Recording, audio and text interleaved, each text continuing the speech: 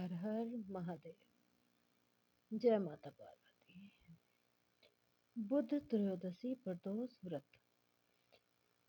इस व्रत में दिन में केवल एक बार भोजन करना चाहिए। इसमें हरी वस्तुओं का प्रयोग किया जाना जरूरी है। यह व्रत शंकर भगवान का व्रत है। शंकर जी की पूजा धूप, बेल पत्र आदि से की जाती है। प्राचीन काल की कथा है। एक पुरुष का नया नया विवाह हुआ था। वह गोने के बाद दूसरी बार पत्नी को लिवाने के लिए अपनी ससुराल पहुंचा और उसने अपनी सास से कहा कि बुधवार के दिन ही पत्नी को लेकर अपने नगर जाएगा। उस पुरुष के सास ससुर ने साले सालियों ने उसको समझाया कि बुधवार को पत्नी को विदा कराकर ले जाना शुभ नहीं है, लेकिन वह पुरुष अपनी जिद से टस से मस न हुआ। विवश होकर सास ससुर को अपनी जमाता और पुत्री को भारी मन से विदा करना पड़ा।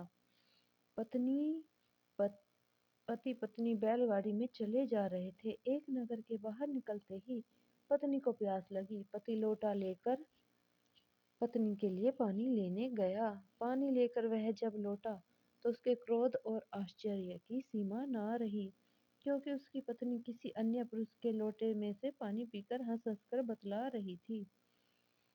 क्रोध में आग बबूला होकर वह उस आदमी से झगड़ा करने लगा, मगर यह देखकर उसके आश्चर्य की सीमा न रही कि उस पुरुष की शकल उस आदमी से हूबहू मिलती थी।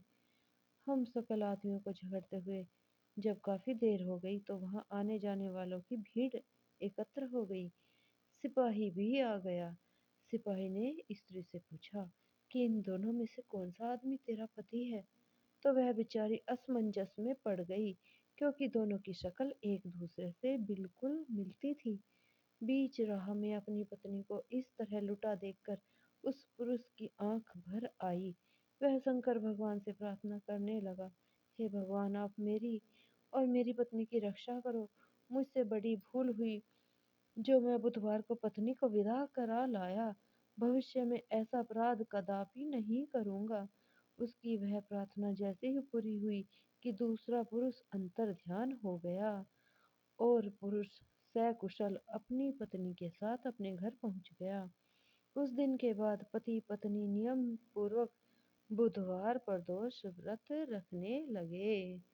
हर हर महादेव, हर हर महादेव, हर हर महादेव। इस तरह बुधवार के प्रदोष व्रत की हमारी कथा पूर्ण हुई।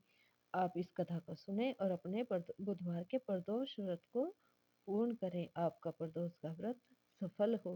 भगवान आपकी मनोकामना पूर्ण करे। हर हर महादेव।